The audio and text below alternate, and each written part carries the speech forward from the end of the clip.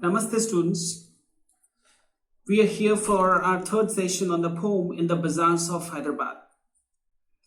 In our first two sessions already we have touched upon so many aspects of the poem. Today straightway we will enter into the aspects of the poem. But before that, I need to talk about one salient feature. Salient here actually means noteworthy, important, interesting. And the great point that the poet has focused on, this is one of the features of Sarojini Naidu, that she has talked about folk. Folk actually means common people. It's a trend that she has popularized, that she is going to talk about common people of India and our culture. Because a country comprises of different cultures, traditions, that also comprise of different types of people living in the different stratum of the society. So she incorporates those people as a subject matter of her poem. Some of the things that we need to touch upon or we need to deal is that she has talked about folk, myth, and legend. Let us have a little bit knowledge about myth and legend. If you read the books of Devdutt Patnaik, he is a mythologist, a wise person, and sheer researcher. So if you read his books, according to his definition, science is everybody's truth. Fiction is nobody's truth. And myth is somebody's truth. Again, I'm repeating, science is everybody's truth. It's a fact. It is proved through experimentation. Fiction is nobody's truth because it's story, it's imaginative, it's fictional. But myth is somebody's truth. It depends on you. Whether you believe in God, whether you do not believe in God, that depends on you. You may be a theist, it may be an atheist. So there is no supreme truth in myth. So I'm not going to talk about myth in detail, but myth really mystifies. And what is legend? Legend is a myth. Myth is a broad category, and legend is actually a part of myth. What is legend? Legend, if the hero is not a supernatural character, he is a very common human being just like us, then it's going to be a legend. And legend is very famous in the interior part of different countries. It may be India, it may be South Africa, it may be any country that you can consider. So that's the difference. So again, it is one of the themes of Sarojini Naidu. I have already shared that these things are very important because actually these things talk about the real picture of the poet. Maybe it should be a responsibility, maybe that you are reading only one poem of the poet, but at the same time, you are reading the poem in such a fashion, in such a way that it summarizes. It becomes a crescendo about the poet's life and her career or his career. That's our aim. I have already shared that poem is the medium through which you are trying to look at the world. It makes a perspective.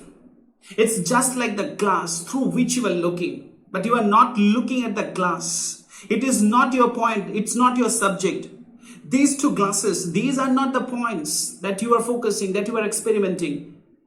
Actually, this gives you the vision to see the world, to observe the world. So the poem is also just like this. This is a simple poem. This is the glass through which you have to see the world.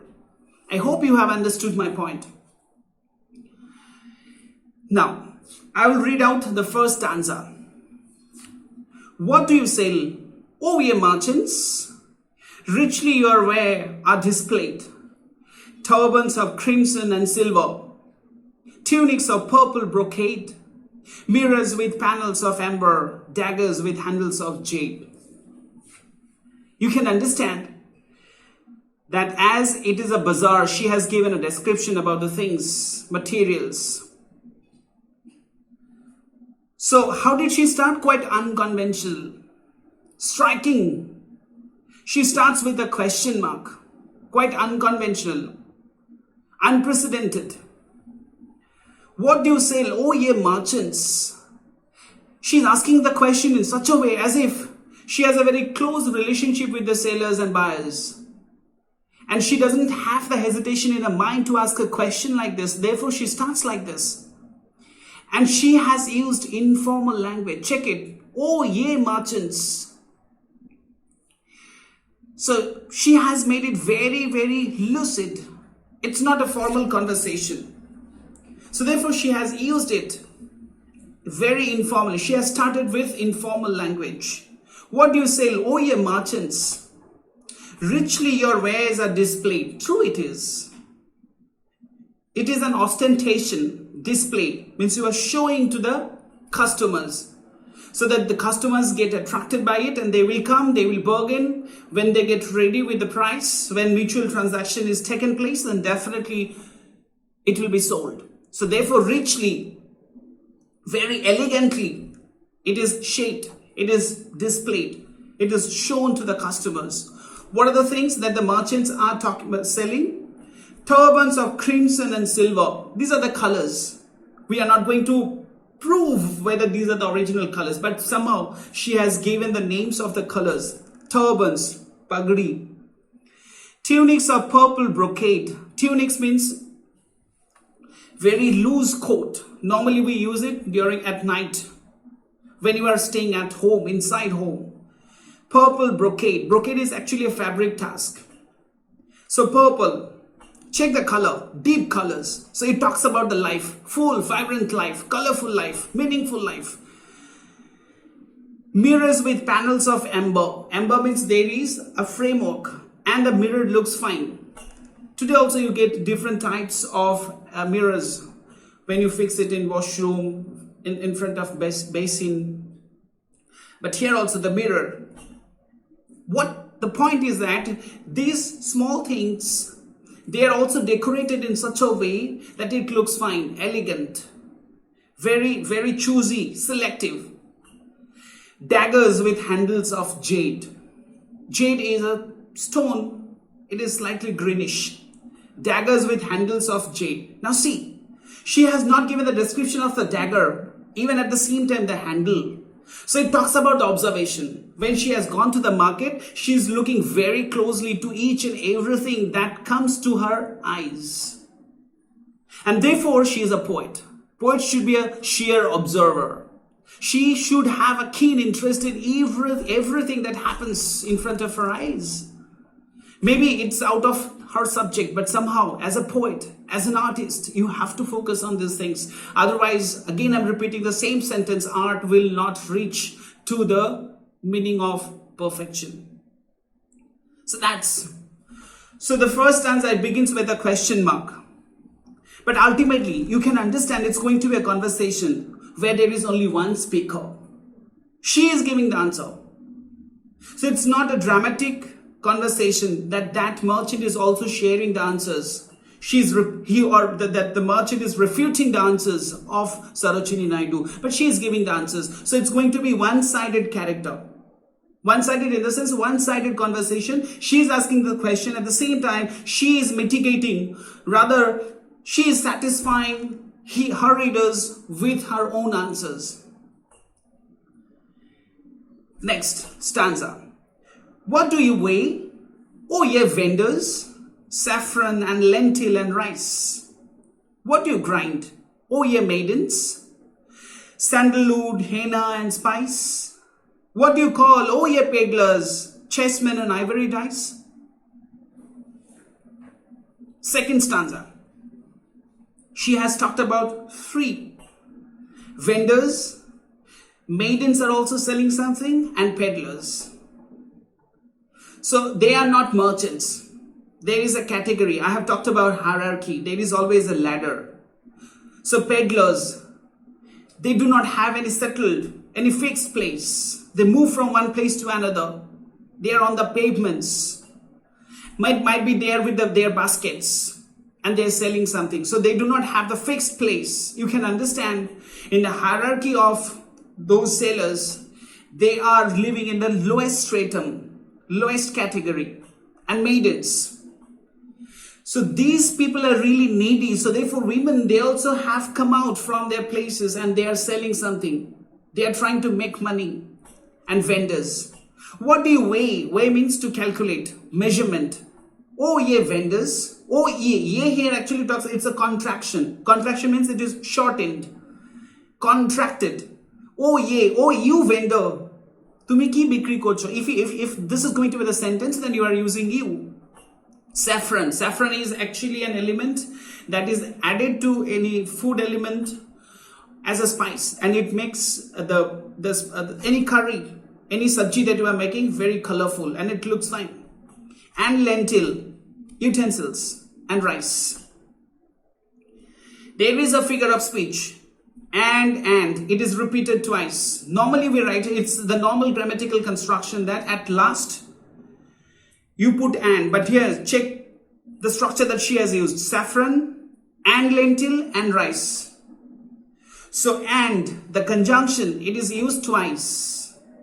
And it is an excessive use. That is called polysyndeton. Polysyndaton. Poly means many, you know it. Polygamy, polyglot. Poly means many. Syndeton means excessive use of conjunctions. So it's a case of polysyndeton. What do you grind? Oh yeah, maidens. Grinding means they are making a mixture. Sandalwood, henna and spice. These are meant for ladies. So maidens, they have come and they're sitting there, they're selling something, and this is particularly meant for the ladies. What do you call, oh yeah, peddlers? Chessmen, ivory dice? There is an ironical statement over here. Chessmen and ivory dice. It's an, you know it, dice, it's a game. But how is it made? Ivory. Ivory is very expensive. So, it is an ironical statement. Actually, the peddler, by making it funny, by using an overshooting statement, by using an exaggeration, he tries to or she tries to catch the attention of those customers that this is ivory dice. Sometimes if you go by train and some sailors come and they say that this is a golden septipin, but I'm giving you within 10 rupees. Ultimately, everybody laughs, but knows that it's not a gold piece. It's not a golden piece. It's not made of gold, but somehow he makes it very funny, and by this way he tries to catch the attention. It happens. So for this, see, here I'm trying to show you that if you want to understand life, if you want to understand literature, you have to be very much observant. You have to be interested in everything that happens in your life. So chessmen and ivory dice. Third stanza. What do you make?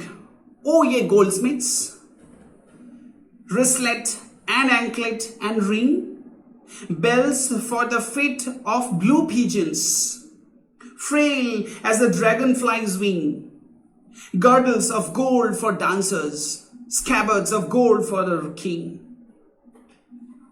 Shift. In the third stanza, she has shown a shift. What's the shift? Where lies the shift? Because from merchants, from peddler, from vendors, she has gone to the highest stratum of the businessman, that is goldsmiths. It's very expensive, you know it. Oh yeah, goldsmiths. Goldsmith means those who are dealing with gold. Smiths. Somebody who is doing with iron, they are called blacksmith. Shakespeare is called wordsmith because he plays with word. I will tell you later on if I get any time. Wristlet and anklet and ring. You know it. All these are familiar words. Again, it's a case of polysyndeton. Not only that, bells for the feet of blue pigeons. So you need bells. And it's going to be very delicate because it is meant for the pigeon. And who is pigeon? Pigeon is actually a pet. So here it shows that a bazaar is meant for all. Some people are coming only to purchase rice. Some people are coming for tunics.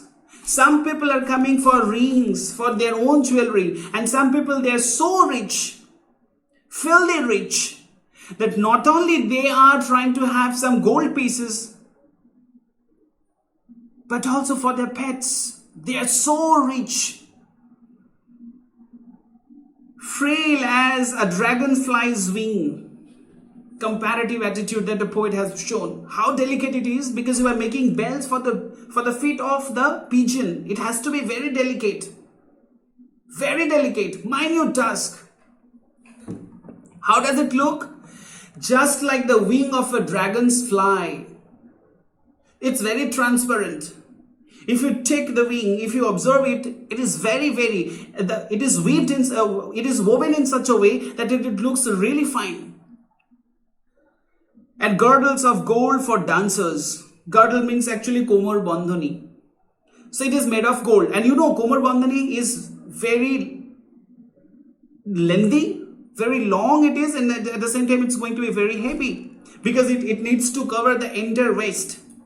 And the scabbards of gold for the king. Scabbard means actually a case where you can put the sword. It is made of gold for the king. Now at last she has talked about king.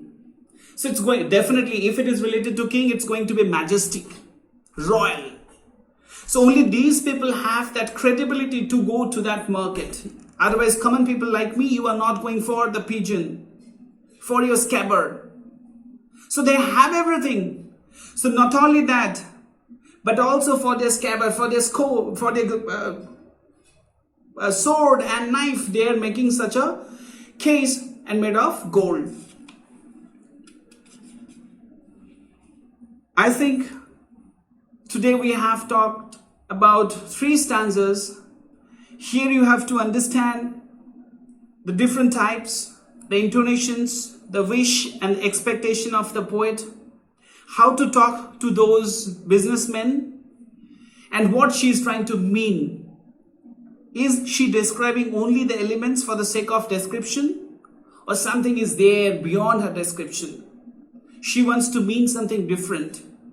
She wants to show, she intends to do something different with these things. Or what kind of market, what kind of bazaar she has incited in the minds of the readers. So these are the questions that you have to think. In between, I will be ready with the 4th session, where I'll complete the poem along with some extra annotations and extra level of signification of the poem. Thank you very much. Take a note of the all things. Write down your questions. Whenever we'll face, again, we will solve those questions. Thank you very much.